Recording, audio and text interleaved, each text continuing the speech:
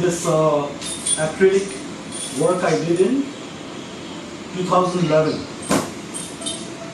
I was retouching it again today. I just came across this. It was lying somewhere here in so many things in my office. It was lying. So the edges are a little frayed.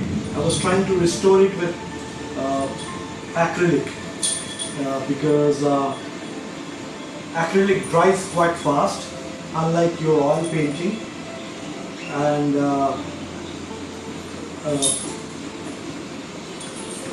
just have a look at this work.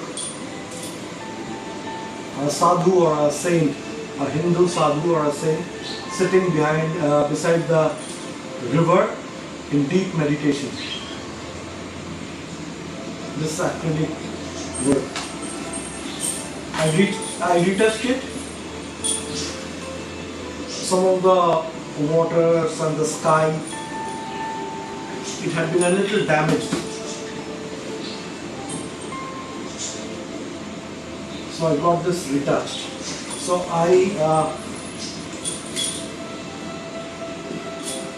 the eyes are closed and the sadhu is sitting on the river bank, detached from the world. It reminds me of my own life and my own philosophies. You know, when you talk about philosophy, when you talk of feelings, the most pertinent and the important feeling one keeps on talking today on social media, here and there, is love. So many people keep on asking me, so what is love? Is there anything called true love? So yesterday I was having a word with a Baul, a wandering minstrel friend of mine, paintress, and she had called from London, and then she said, I am calling up from this number, which is 15 years old number. So I had a hearty laugh. I said, in these days people don't even stick around for 15 days, and you have a 15-year-old number. So we are so much seeking love here, there. We feel, okay, this shall give me love, this person's presence shall give me love. And when we start talking to each other, we commit to each other, and then love evaporates. What is this so-called elusive love? Are we actually even understanding what is love all about? I don't think none of you do understand what is love. We like somebody, we fall in love with somebody. You see, we keep on using the word, we fall in love. I never use the word, I have fallen in love with you. I would always say, I have risen in love with you. But then I haven't risen in love with anybody as yet. They all pulled me down in love. So you find some imagery about that person. This person looks good, this person speaks good, this person exhibits some kind of a good trait which matches with your vibration. And then you start calling that person heartbeat, you call that person love, you call that person soulmate, as if we have seen the soul and the soul has said, okay, you are my mate. And this is so comical, this is so funny. And in 2 years' time, we don't even know, remember that the person has died, lived. So, what eludes us? We are not thinking deep. In the age of social media, in the age of everything there which is in the 6-inch, 7-inch screen, you get so much of inputs, so much of information which is pushed to you, so much of images, so much of videos, that is like a cocaine dose being fed to you of love, of relationship, of emotions that you really do not know. I always have said some of the best love stories are the ones that have no end. I have always said some of the best love stories are the ones that have no end. You know what constitutes true love for me? For me, true love is when you can love someone so much. You go beyond his likes and dislikes. You see the world the way the person has seen the world. And you can let go of that person. You can actually let go of that person if you are in true love. If you understand true love is not holding somebody back. You hold that body, you hold that flesh. True love is not sex. True love is beyond sex, beyond body, beyond any physical sensation. It is something that generates here. There is a divine feeling. There is an ecstasy, there is a rapture. Does it happen with any of us? I don't think so. I hardly think so. It does happen. And we talk about commitments, we talk about loyalty, we talk about relationships.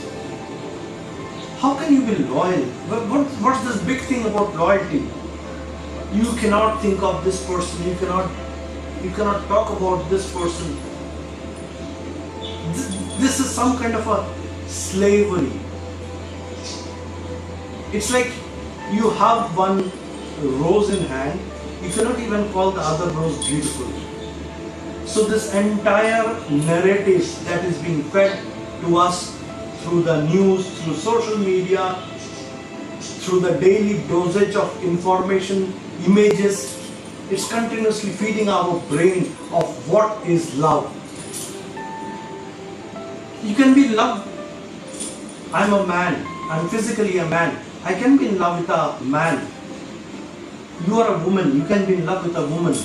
You can be in love with a child. You can be in love with a old lady. You can be in love with your old man. It doesn't matter. Does that person's presence soothe your energies? You have to remember, whatever we are talking about, speaking of, is so much in this one lifetime only. By the time you have hit your old ages, you are left with some frayed memories. God forbid, if you have Alzheimer or Parkinson's, you don't even remember your own name. Forget about your loved one, forget about your lost love, forget about your soulmate, forget about whoever you have professed your love to. So imagine this is so biological. The love that you're talking about is biological. It's coming from your body. It doesn't touch your heart. There is still this deep dissatisfaction. You make promises. I want to be with you for this entire lifetime. I want to have your baby. So I do keep having people telling me, I wish I could be there with you for this entire life. I wish I could be there with you in the next lifetime. And I keep telling them, what if in the next lifetime I would be a frog or a cockroach? You would run with me with your sandals. I want to have your baby, your child. What does this child think?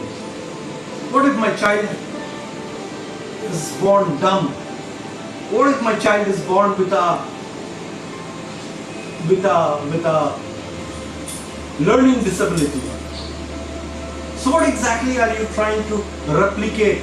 What exactly are you trying to hold on to? You're trying to hold on to certain images of mine that you have liked because you have been conditioned by the social media, by the things that are fed to you.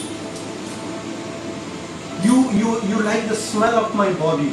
You like my words. So you have fallen in love with my words. You have fallen in love with my perfume. You have fallen in love with my writing. You have fallen in love with my paintings. You have fallen in love with my philosophy. You have fallen in love with my cinema. And I'm more than that. I'm much more than all of this. I also have tears. I also have insecurities. I have my fears. I have my darknesses. I have my perversity. I have my trauma. I think like a devil. Have you ever said, I want to see that? You would never say that. That would shatter your image of me. Because you are wedded to an image. So you do not want to hear about my insecurity. You do not want to talk about the demon in my mind. You would say, no, that should be there. I don't want to talk about your darkness. Are you willing to hear that, okay, I can desire somebody else while you are there in my life? You want to tell me stories of loyalty, of lifelong association. It doesn't happen. It never happened in the past. As a species, we are not monogamous, we are polygamous. We are programmed that way. So no matter what you are fed, you come alone, you live alone, you die alone. You are fed romantic stories. You read romanticism. So you speak, this is my child, born out of my deep love for you. And in your mind, you're thinking of something else. There is a state of unhappiness. For some people, it's like a big festering wound. For some of you, you have managed to hide it well. So you say, okay, this is my family. We love each other. I love you, you love me, and this is my child, this is my son, this is my daughter. This is born out of our deep love. No, it's not born out of deep love. It's born out of your deep lust. Why do you need a child? Why can't you bring a child? Why can't you adopt a child? Why do you need to put your name on everything? You put your name on the child. You put your name here. You want to remain immortal. You want to be remembered. But you will never be remembered. We are not meant to be remembered. We are meant to be recycled. Lifetime after lifetime after lifetime after lifetime. We are meant to be recycled. My father passed away. He is today in the memory of me, my sister, my mother, and few of my relatives. For all practical purposes, even his associates are dead and gone. Some have retired, some have dead, some of them have died and they are gone. So my father does not exist anymore in this world. In 100 years there would be no mention of my father. So we, in 100 years, or 200 years, 500 years, we would all be forgotten. The problem lies because you want to be remembered. That's where the problem is. Your love is all about remembering. Your love is not that all-encompassing love. Your love is something that you wish to impose like a spot, like a mark that you want to impose. So when a tiger or a leopard goes to a particular part of the forest, the tiger or the leopard pees It passes urine and it marks that place saying, okay, this is my area. So your love is like that urine. You want to mark this as your own. The problem is because we all wish to be immortal. And that's where we have all fucked up. You have jumbled up. Live freely, live in this moment. Live not for your past, live not for your future, live now. You want to have a baby, you want to start a family, that's no problem with it. But you want everything all together, you want to be remembered. You want to be having this lifetime, you want a child who will remember you. For all practical purposes you die and the child forgets all about you. He even puts your photograph in some corner of the house. And in today's age, in the digital age, there is no photograph. So he or she will digitally delete you. You're gone, you're over. You want your child to be a doctor, an engineer. And the child wants something else. You want your child to marry your best friend's daughter who can bring in money. And for all practical purposes, your child may be gay, your child may be lesbian. Your child may not want to marry. So, poof, your dream goes. Think again. We will talk about it.